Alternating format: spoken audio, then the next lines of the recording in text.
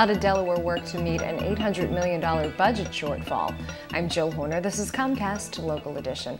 With me this hour is Delaware State Senator Brian Bushweller of the 17th District. Thanks so much for being with us. I'm glad to be here. A very challenging budget year, not just in Delaware, but really throughout the country. Talk to us about some of the ways in which you work to meet that budget gap, $800 million.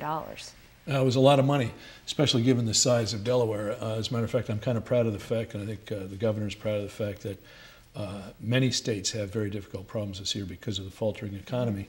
And yet we in Delaware were able to find a solution, not a very easy solution, and a solution that will cause some pain and difficulty among a number of different people. But the goal that we had in the General Assembly was to spread the burden of solving this revenue shortfall, this historic revenue shortfall, as fairly as possible.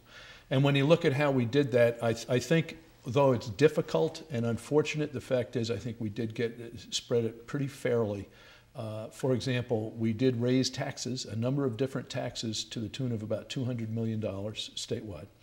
At the same time, though, we cut about $270 million out of the original proposed budget from Governor Minner going back into January of this year.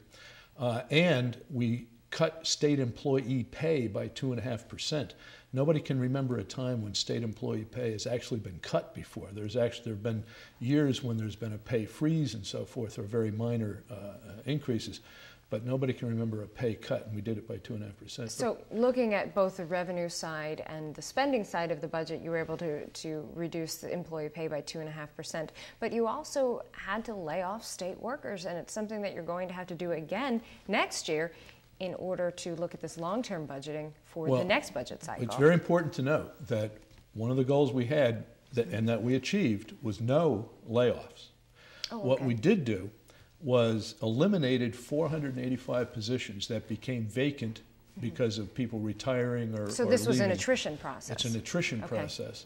In the past, the normal procedure would be to just fill the jobs and have no reduction in the state workforce. But as of June 30, what we did was we eliminated 485 vacant positions. They were vacant, by the way, because of a hiring freeze that had been put on going back to the previous governor. But what we also did was built the 2010 budget with a proviso that an additional 500 jobs would be eliminated, again, through attrition, through retirements and that sort of thing. We're very sensitive to the fact that if somebody loses a job involuntarily, that's a very bad thing. But in the end, we will have cut nearly 1,000 positions from state government. Really a challenging budget cycle, and next year's maybe even more difficult in terms of trying to find those additional places where you can cut these positions that are currently vacant, and the lack of federal stimulus money as you move into next year's budget cycle. In fact, one of the sources of money that we used to balance this year's budget, and keep in mind we are required by our state constitution to balance the budget, was approximately $155 million of stimulus money. That's one-time money, which means that as we begin developing the budget for fiscal 11, we already have to account for the $155 million that we used this year for stimulus. So it sort of means that we start out in the hole for fiscal 11 already. We just have a short time left, but people are always concerned when they hear tax increases. What are some of the ways in which this is actually going to affect Delawareans? The most significant effect on individual Delawareans is an increase in the personal income tax.